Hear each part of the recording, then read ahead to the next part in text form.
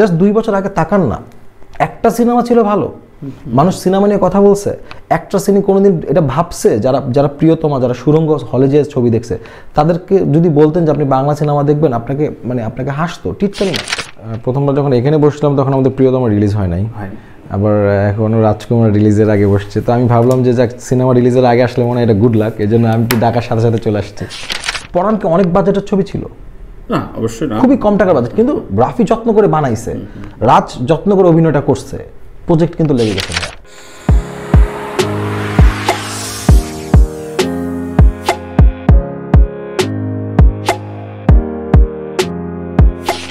প্রিয় দর্শক, স্বাগত জানাচ্ছি তানভীর তারেক শোতে। আমি তানভীর তারেক। আজকে আমার অতিথি এ সময়ের কাঙ্ক্ষিত চিত্র পরিচালক হিমেল আশরাফ।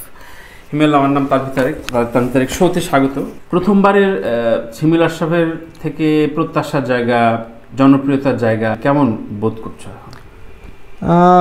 আলহামদুলিল্লাহ, প্রথমবার যখন এখানে বসলাম তখন আমাদের প্রিয়তমা রিলিজ হয় নাই, আবার এখনও রাজকুমার রিলিজের আগে বসছে। তো আমি ভাবলাম যে যাক, সিনেমা রিলিজের আগে আসলে মনে হয় এটা গুড লাক, এই জন্য আমি ডাকার সাথে সাথে চলে আসছি। বাট আলহামদুলিল্লাহ ভাইয়া, মানে যা আমি প্রিয়তমে পাইছি, দর্শক আমাকে যে ভালোবাসা দিছে বা ইন্ডাস্ট্রির মানুষরা আমাকে যে ভালোবাসা, যে স্নেহ দিচ্ছেন, আমার সামটাইমস আমার কাছে মনে হয় যে আমি বেশিই পাচ্ছি। আচ্ছা আচ্ছা, কিছুদিন আগে আমরা প্রযোজক আশাদ আদনানের সাথে আলাপ করলাম এবং উনি খুব বোল্ডলি বললেন যে রাজকুমার একটা বড় মার্জিনের খুব সিগনেচার ফিল্ম হতে যাচ্ছে বাংলাদেশে। তো সেই জায়গায় পরিচালকের কথাটা একটু শুনতে চাই যে প্রিয়তমা একটা বিগ স্কেলে ব্যবসা করেছে, সেটার আলোচনা হয়েছে, সেই জায়গা থেকে প্রত্যাশার কতটুকু পূরণ করতে পারবে? আমি দেখেন, যেটা হচ্ছে যে রাজকুমার প্রিয়তমার পিছনে আসলে সবচেয়ে ভাইটাল পয়েন্ট ছিল দুইটা। একটা আমি বলবো যে শাকিব ভাই এবং আমার প্রডিউসার, এরপরে ধরেন আমি। সো ওই তিনজন মিলে যখন আমরা আর একটা কিছু করার চেষ্টা করছি, সো আমরা তিনজনে এটা নিয়ে খুবই কনসার্ন যে মানুষ বসে অপেক্ষা করছে, যারা সাধারণ দর্শক, যে এরা নিশ্চয়ই এর চেয়ে বেটার, এর চেয়ে ভালো কিছু দিবে, এবং সেটা আমরা দিতে চাই। কারণ না হলে হবে কি যে মনে হবে আচ্ছা প্রিয়তমা অনেক ফ্লুক ছিল, ওটা লেগে গেছে, বিষয়টা এরকম।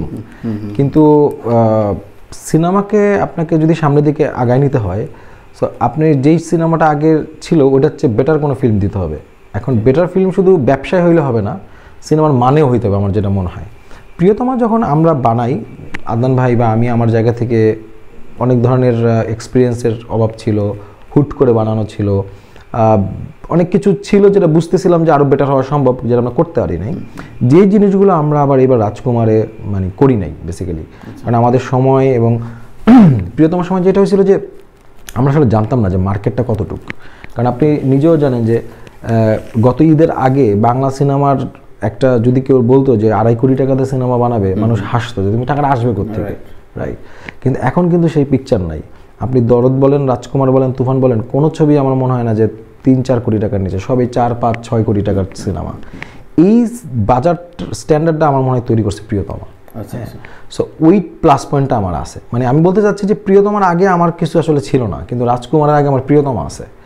সো এইটা আমাকে আসলে নট অনলি মেন্টাল, ফিনান্সিয়াল থেকে শুরু করে এক্সপেন্স সব জায়গায় আমাকে অনেক শক্তি যোগাইছে, একটা গুড ফোর্স দেয়। এক্স্যাক্টলি, গুড ফোর্স দেয়, এবং সেইটা স্ক্রিন আপনি পাবেন। আচ্ছা আচ্ছা, আমি যে প্রিয়তমার পরে রাজকুমার বানাইছি আমরা পুরো তিনজন, এটা আপনি স্ক্রিনে দেখলে মনে হবে, সেই বিশ্বাস আমার আছে। আচ্ছা, তো আমরা যে বিষয়টা বারবারই আলোচনা করি যে সবাই মিলে তিনটা ছবি নিয়ে গত কয়েক মাস ধরে আলোচনা হচ্ছে, সেটা গণমাধ্যমে হোক, ইউটিউবে হোক, সর্বত্র। এবং যে কথাটা হিমেল বললা যে আমরা এখন 2 থেকে 5 কোটির ওপরে পৌঁছেছি, এইটা কি ইন্ডাস্ট্রির সফলতা, কি শাকিব খানের একক সফলতা, কোনটা? শাকিব খানের সফলতা তো আসলে ইন্ডাস্ট্রির সফলতা। যেটা হয় দেখেন, আপনি যদি, আমি বারবার ভারতের উদাহরণ দিই, কারণ ভারতের সাথে আমাদের অনেক দিক দিয়ে মিল, আমাদের সংস্কৃতি, আমাদের বাজার। আপনি যদি দেখেন যে কুচকুচ হতে হয়, কাভি খুশি কাভি ঘাম, ওই সময়টাতে শাহরুখ খানদের বাজারটা ছিল ছোট, এবং শাহরুখ খান নিজে প্রত্যেকটা ছবির জন্য উনি সৌদি দুবাই যাইতেন, ওমানে যাইতেন, মধ্যপ্রাচ্যে যাইতেন, আফ্রিকায় যাইতেন, ইউরোপে যাইতেন, এবং যে উনি ইভেন্ট করতেন এবং বাজারটা আস্তে আস্তে বড় করেন।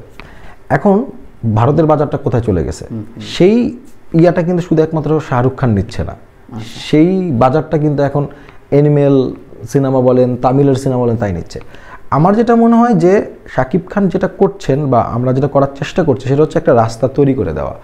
একটা যে কোনো জিনিসের আগে আপনাকে একটা মেন্টালি মাইল সেট হইতে হবে যে ভাই আসলে এটা পারবো।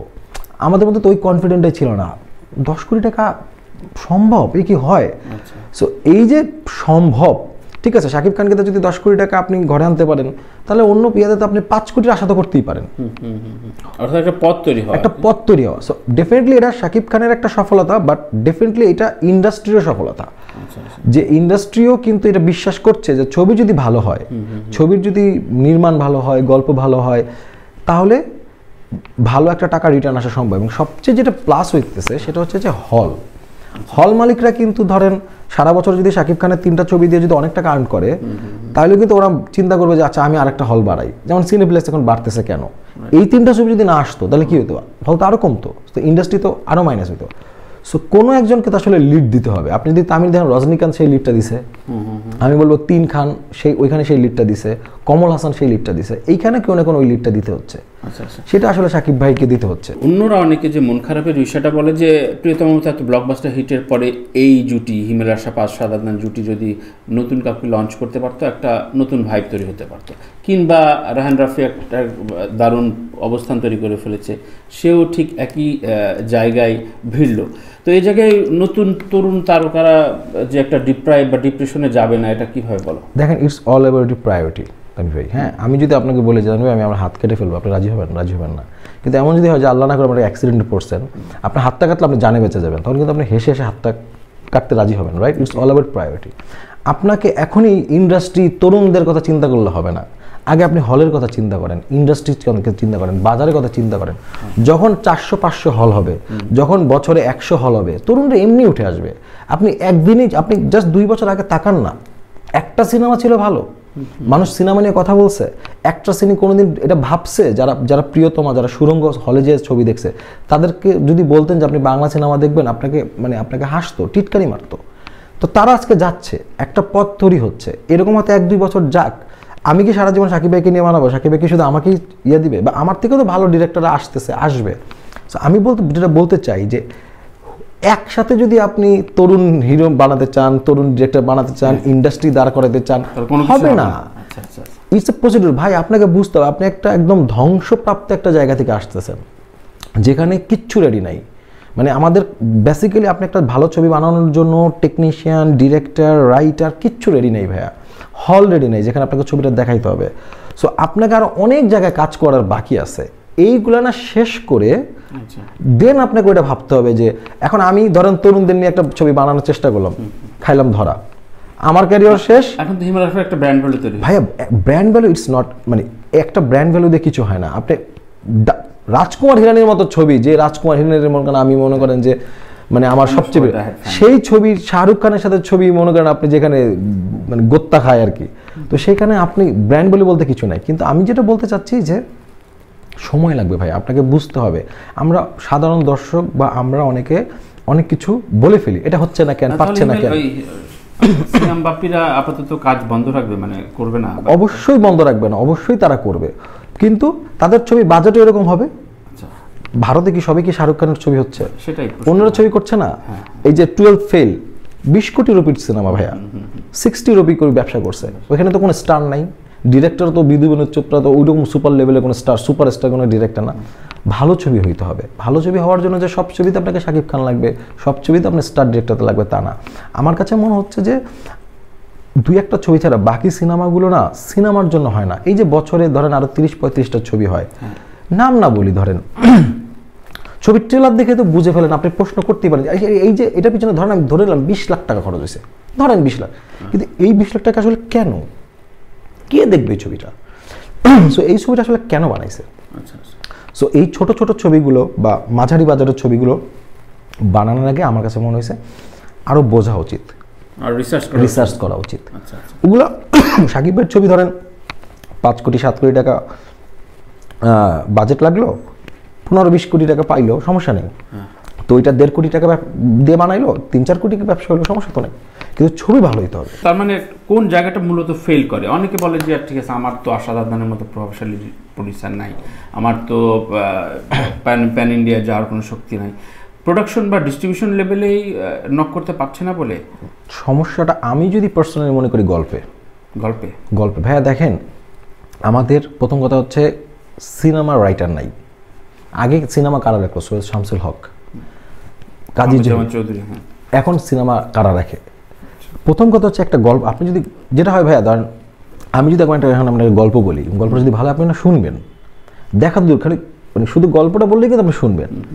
এখন ভালো গল্প যদি হয়, আপনি ওখানে যদি খুব দামি ক্যামেরা না হোক, খুব দামি সেট না হোক, তাহলে কিন্তু মানুষ দেখবে। কিন্তু গল্প যদি ভালো না হয় ভাই, আপনি পৃথিবীর সেরা ক্যামেরা, সেরা আর্টিস্ট, সেরা মিউজিক ডিরেক্টর নিয়ে আসেন, কোনো লাভ নাই। আমার কাছে মনে হচ্ছে আমাদের প্রথম এবং প্রধানতম গ্যাপটা হচ্ছে গল্পে। এরপর হচ্ছে ডিরেক্টরিয়াল জায়গা থেকে, যে এই সিনেমাটা যে আমি বানাচ্ছি, আমি আসলে কেন বানাচ্ছি, কার জন্য বানাচ্ছি, এই রিসার্চটা না, মানে আমার কাছে মনে হয়েছে যে এখন আমাদের অনেকের হাতে যেহেতু কাজ নাই, কাজ করাটা মুখ্য হয়ে গেছে। কি কাজ করব, যে আচ্ছা এটা করি, এটা করে ঘর ভাড়াটা দেনা টানা যা হয়েছে এটা দেই, পরেরটা ভালো করব। কিন্তু যেটা হচ্ছে এটাও খারাপ হচ্ছে, পরেরটা হচ্ছে না। সো আমার কাছে মনে হচ্ছে যে পরাণকে অনেক বাজেটের ছবি ছিল, না অবশ্যই না, খুবই কম টাকার বাজেট, কিন্তু রাফি যত্ন করে বানাইছে, রাজ যত্ন করে অভিনয়টা করছে, প্রজেক্ট কিন্তু লেগে গেছে ভাইয়া। তার মানে যত্নের গল্পের অভাব, গল্পের এবং নির্মাণে দুইটাই যদি আপনি ঠিকঠাক করেন, এখনো হ্যাঁ আপনার প্রিয়তমার মতো হিট হবে না, সব তো প্রিয়তমার মতো হিটের দরকার নেই আপনার, আপনি তো ওটা প্রিয়তমার বাজেটে বানান নাই। সো আপনি ছোট গল্প বানান, কিন্তু ঠিকঠাক বানান।